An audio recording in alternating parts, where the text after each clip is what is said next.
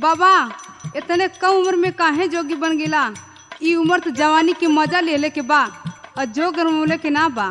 अरे अरे अरे दुष्ट लड़की, हम महात्माओं से जुबान लड़ाती है। हम बाल ब्रह्मचारी हैं, बाल ब्रह्मचारी। श्राप दे दूंगा, जलकर राख हो जाओगी। अलख निरंजन। ए बाबा, क्या है? अरे वहाँ से एक बात पूछल चाहता हूँ। क्या पूछना चाहती है? पूछा तनी। जल्दी पूछो, हमें हरिद्वार जाना, हमारा समय मत बर्बाद करो। काहे भैला पुजारी देला किस्मत बिगाड़ी। काहे भैला पुजारी देला किस्मत बिगाड़ी। काहे भैला पुजारी देला किस्मत बिगाड़ी। काहे भैला पुजारी देला किस्मत बिगाड़ी। कर हमारा से यारी दोपहरिया में। करा हमारा से यारी दोपहरिया में।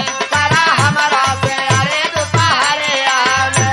दोपहरिया में हो दोपहरिया में हो दोपहरिया में। करा हमारा से यारी दोपहरिया में। करा हमारा से यारी दोपहरिया में। हे दीनानाथ, ई राम राम की बेला कहाँ से आफत भेज देला। प्रभु अपने भक्त के रक्षा करा। इज्जत बचाला हो, इज्जत बचाइला। ये भोले बाबा इज्जत बचाइला।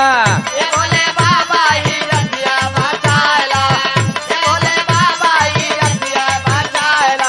रतिया बचाइला, रतिया बचाइला।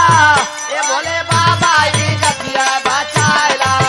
ये भोले बाबा ही रतिया बचाइला। अच्छा, भोले बाबा के पुजारी बनत हवा, भोले बाबा के बुलावत हवा। हम भोले बाबा का बचपन से पूजा करीला। लेकिन भोले बाबा के नहीं हाल देखत हवा। भैला भोले के पुजारी उते लेके घूमे नारी। भैला भोले के पुजारी उसे लेकर ए लड़की, हमें गुमराह मत करो। पुजारी उसे लेकर घुमारे।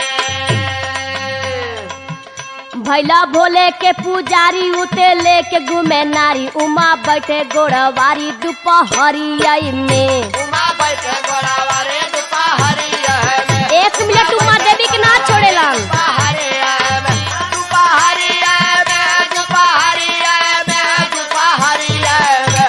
उमा बैठे गोड़ावारे दोपहरिया में।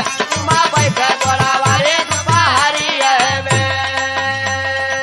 हमारे भगवान भोलेनाथ भी गड़बड़ हैं। हाँ, सुनो तो, अब हम भगवान भोलेनाथ की पूजा नहीं करेंगे। जानती हो किसका पूजा करेंगे? बतावा। इज्जत